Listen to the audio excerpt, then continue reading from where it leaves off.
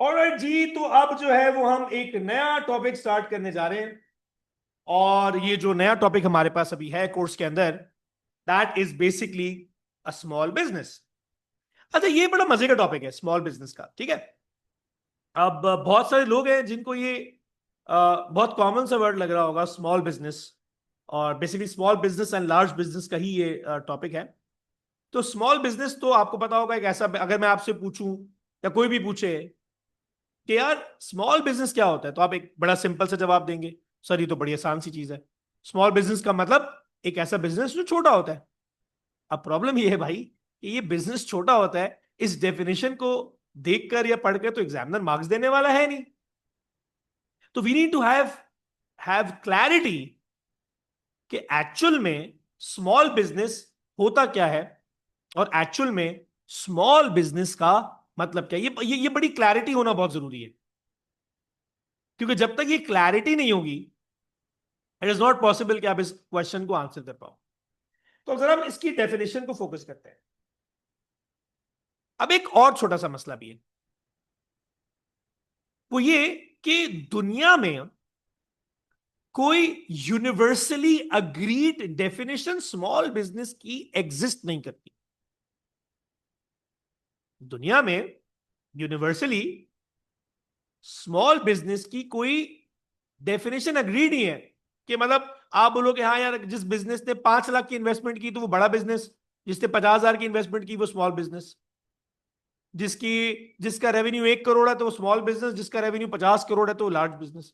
ऐसी कोई universal parameters नहीं एग्जिस्ट करते कि जिसके बेसिस पर ये मेरे लिए जज करना आसान हो जाए कि हाँ यार ये बिजनेस लार्ज है या स्मॉल है।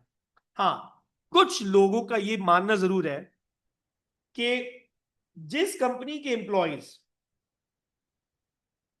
लाए समवेयर बिटवीन 50 to 100, यानी 50 से 100 एम्प्लॉय तक वाली कंपनी जो है वो स्मॉल कंपनी होती है।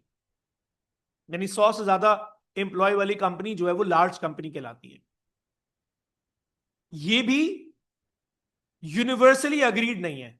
A lot of people think that yes this is right, a lot of people think नहीं, ऐसा कुछ नहीं है। क्योंकि टेक्नोलॉजी का जमाना हो गया है, बहुत सारी कंपनीज जो है वो मशीन्स पे और इक्विपमेंट पे चल रही है, तो उनको कम एम्प्लॉयज की जरूरत है। तो कम एम्प्लॉय वाली कंपनी भी लार्ज हो सकती है, बट नेवरदलेस हम इस बात पे बहस तो करेंगे नहीं, ठीक है। तो स्मॉल कंपनी एक ऐसी कंपनी है। अब लेकिन अब सवाल ये कि भाई हम कैसे उसकी डेफिनेशन लिखेंगे। अगर स्मॉल कंपनी की डेफिनेशन आ गई तो हम लिख सकते हैं भाई स्मॉल कंपनी एक ऐसी कंपनी है जिसके पास जो रिलेटिवली, यानी रिलेटिवली मतलब कंपैरिजन में, जिसका रेवेन्यू कम होता है, यानी सेल्स जो है वो कम होती है रिलेटिवली। नंबर कितना कम पता नहीं, जो रिलेटिवली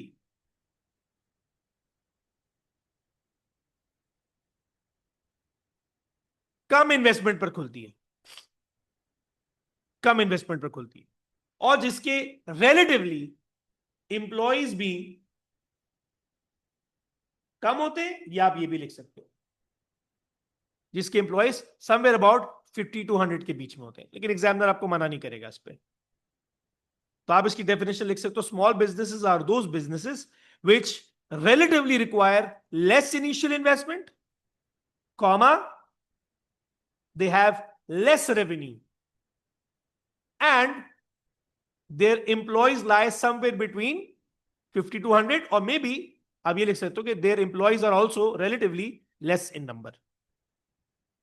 ठीक है, तो इस तरह अगर आप देखोगे तो आपकी डेफिनेशन को एग्जामिनर अग्री कर जाएगा, क्योंकि यूनिवर्सली कोई पैरामीटर नहीं एग्जिस्ट करता। अब ये भी एक बड़ा मसला है, कंट्री टू कंट्री भी बड़ा फर्क पड़ता है। अब पाकिस्तान के लिए, क्योंकि Pakistan as a developing country गुर्बत बहुत है, 50 एम्प्लॉय वाली कंपनी भी हमारे लिए बहुत मैटर करती है, क्योंकि यहाँ जॉब्स ही नहीं है, लोगों के पास टैक्स ही नहीं दे रहा कोई। तो 50 बंदों वाली कंपनी भी हमारे लिए बहुत मैटर करती है।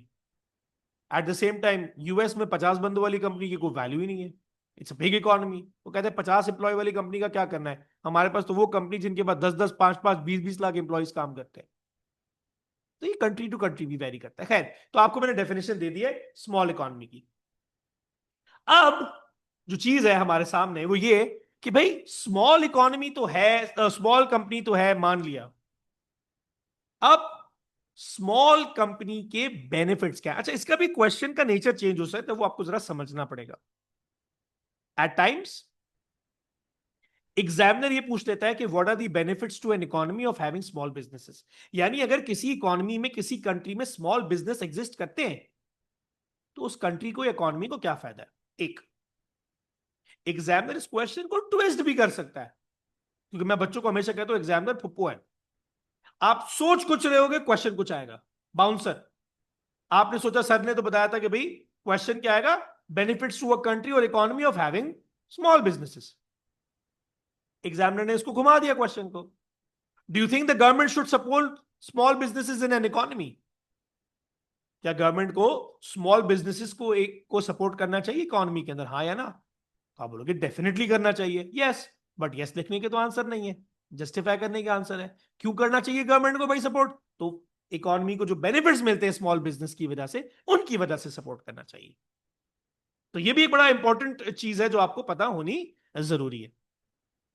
तो आगे चलते हैं। तो भाई अब स्मॉल बिजनेस होने के इकोनॉमी को क्या फायदे हैं? तो आपके सामने सबसे पहला और सबसे बड़ा फायदा क्या है?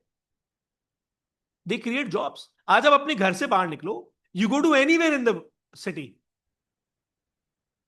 दोस्तों के घर जा रहे हो या रेस्टोरेंट जा रहे हो या पार्क जा रहे हो या कहीं शॉपिंग पे जा रहे हो, रास्ते में आप रोड पे आज के बाद नोटिस करना 60 to 70% जो आपको रोड पे बिजनेसेस नजर आएंगे ना, वो सारे छोटे बिजनेसेस होंगे। They are all small businesses.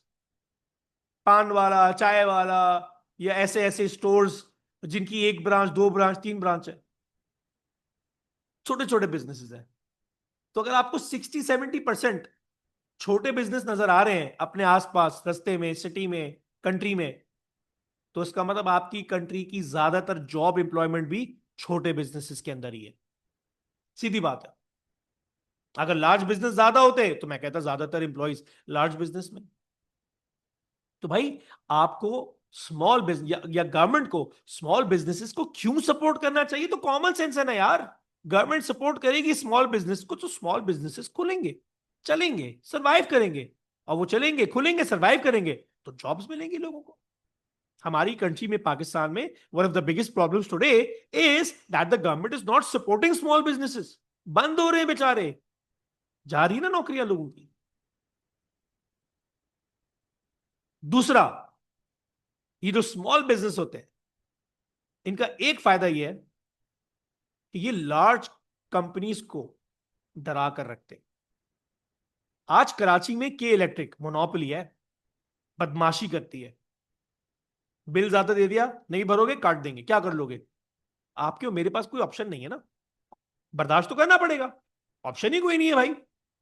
लेकिन अगर ऑप्शन होता तो हम के इलेक्ट्रिक को कहते भाई तुम जाओ फाड़ में, मैं किसी और कंपनी के पास जा रहा हूं, I will switch my homes electric connection to some other company. अभी जो स्मॉल कंपनीज होती है ना, जब ये खुलती जाती है, खुलती जाती है, खुलती जाती है, तो लार्ज कंपनीज के ऊपर आता है प्रेशर कि यार अगर मैंने अपने कस्टमर्स को एक्सप्लॉइट किया, खराब क्वालिटी दी, तो मेरा कस्टमर नाराज होकर छोटी कंपनी पे चला जाएगा, स्विच कर जाएगा। और वंस अ कस्टमर गॉन, कहते हैं customer gone once is gone forever, फिर नहीं आता आपके पास। जब तक मोनोपोली है बदमाशी कर लो, मोनोपोली नहीं होगी तो फिर बदमाशी नहीं होगी। तो गवर्नमेंट को इसलिए भी सपोर्ट करना चाहिए स्मॉल बिजनेसेस को। क्यों? क्योंकि स्मॉल बिजनेसेस की वजह से लार्ज कंपनीज पर प्रेशर पड़ता है और वो मजबूरन अपनी सर्विसेज को इंप्रूव करते हैं, नए प्रोडक्ट्स लाते हैं, प्राइसेस को थोड़ा बहुत कंट्रोल करते हैं। मतलब इन सिंपल वर्ड्स, कस्टमर को एक्सप्लॉइट नहीं करते क्योंकि they get competition from small companies. तीसरा, आज दुनिया के जो बड़े बड़े बिजनेसेस हैं, you talk about Google, Microsoft, Android, Apple, Nvidia, यार ये आज दुनिया की बड़ी बड़ी जो कंपनीज है ना, ये एक वक्त में बहुत छोटी थी, बहुत छोटी थी, आज बड़ी हो गई। कैसे? गवर्नमेंट ने सपोर्ट किया ना। सपोर्ट तो करो स्मॉल कंपनीज को, क्या पता कौन सी कंपनी क्या बन जाए आगे जाके। आज से 20 साल, 25 साल पहले किसने सोचा था कि Apple, Google, Microsoft, they will be tech giants and top notch companies of the world? किसने सोचा था भाई? नहीं पता था। मिली ना गवर्नमेंट से सपोर्ट, कुछ ना कुछ कर गए ना। गवर्नमेंट को चाहिए स्मॉल कंपनीज को सपोर्ट करो, सारी कंपनीज छोटी होती है एक वक्त में, सपोर्ट करो, बड़ी हो जाएंगी। हमारे कंट्री में ये भी एक बहुत बड़ा प्रॉब्लम है, गवर्नमेंट की तरफ से स्मॉल बिजनेसेस को सपोर्ट नहीं मिलती। And it's just not with Pakistan, this is also with India, वहां भी इतनी सपोर्ट नहीं मिलती स्मॉल बिजनेसेस को।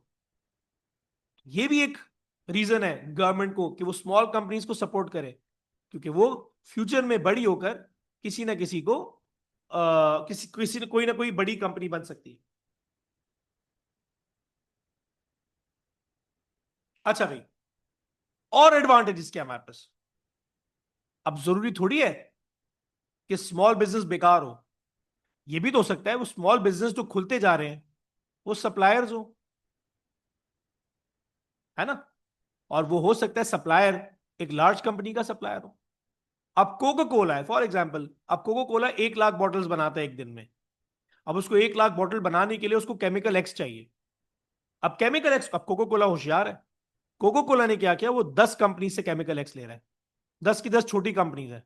अब कोको कोला ने ऐसा क्यों किया? ताकि कोई भी कंपनी उसको कल को ब्लैकमेल ना कर सके, छोटी छोटी क्वांटिटी में 10 कंपनी से माल ले रहा है। तो ऐसा भी तो हो सकता है कि स्मॉल कंपनीज लार्ज कंपनीज की सप्लायर हो, आपने स्मॉल कंपनी को सपोर्ट नहीं किया, स्मॉल कंपनी बंद हो गई, क्योंकि स्मॉल कंपनी बंद हुई और वो सप्लायर थी एक लार्ज कंपनी की, उसके चक्कर में लार्ज कंपनी की भी वाट लग गई। हो सकता है भाई, क्यों नहीं हो सकता है? तो ये भी आपको सोचना चाहिए गवर्नमेंट को कि भाई स्मॉल कंपनीज को सपोर्ट करो, they may be suppliers to large companies, उनको सपोर्ट करोगे तो वो रॉ मटेरियल लार्ज कंपनीज को देंगी, लार्ज कंपनीज को देंगी तो लार्ज कंपनीज बड़े स्केल पे प्रोडक्शन करेंगी, जॉब्स क्रिएट करेंगी, एक्सपोर्ट करेंगी और बड़े स्केल पर जो है वो टैक्स लाकर देंगी, फॉरेन एक्सचेंज रिजर्व लाकर देंगी। ये भी तो रीजन है, ठीक है ना?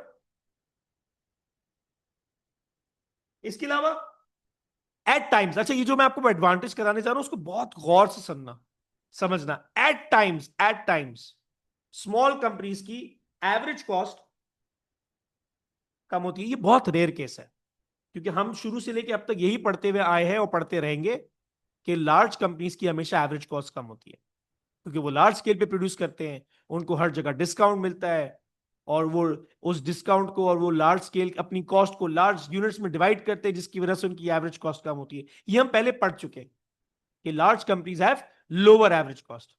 तो ये जो एडवांटेज मैंने आपको बताया है, इसको बहुत सोच समझ के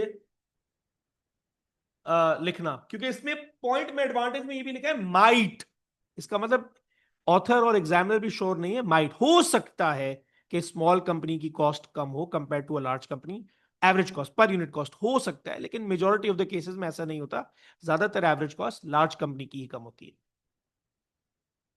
and then last but not the least, they are often run by dynamic entrepreneurs who come up with new ideas. अभी जो स्मॉल बिजनेस होते हैं, इनको खोलने वाले मजबूर लोग होते हैं, ज्यादातर स्ट्रगलिंग लोग होते हैं, तो स्ट्रगल के चक्कर में मेहनत करते हैं, नई नई चीजें लेके आते हैं। वो आपने सुना होगा ना, tough times create tough man, tough times create tough man, necessity is the mother of all inventions. मुसीबत आती है, सर पर आती है, तो ही तो लोग मेहनत करके आगे निकलने की कोशिश करते हैं ना भाई। तो आप स्मॉल बिजनेसेस को सपोर्ट करो, इसको ज्यादातर चलाने वाले मजबूर लोग होंगे, तो वो मजबूरी में होते हैं ना, तो वो extra effort, extra idea, extra innovation लेके आते हैं, जिसकी वजह से हर चीज थोड़ी सी एक्स्ट्रा हो जाती है। ज्यादातर केस में, हर केस में नहीं, मेजोरिटी ऑफ द केसेस में जो स्मॉल बिजनेस सेटअप होते हैं, उनको चलाने वाले ज्यादातर अंडर प्रिविलेज्ड लोग या मजबूर लोग या स्ट्रगलिंग लोग होते हैं, स्मॉल बिजनेस की बात कर रहे हैं। तो अगर आप उनको सपोर्ट करोगे तो वो extra energy, extra effort, extra innovation, extra creativity के साथ काम करने को तैयार है, क्योंकि वो एक्स्ट्रा एफर्ट इसलिए कर रहे हैं क्योंकि उनको जिंदगी में आगे निकलना है, तो they are willing to go that extra mile. तो करो भाई, ये डायनामिक एंटरप्रेन्योर्स होते हैं, उनके पास नए नए आइडियाज होते हैं, कुछ ना कुछ कर जाते हैं, सपोर्ट तो करके देखो। तो ये थे हमारे पास कुछ रीजंस कि गवर्नमेंट को क्यों जो है वो स्मॉल बिजनेसेस को सपोर्ट करना चाहिए, या फिर एक स्मॉल इकोनॉमी को क्या एक इकोनॉमी को क्या फायदा होता है स्मॉल बिजनेसेस की एग्जिस्टेंस की वजह से।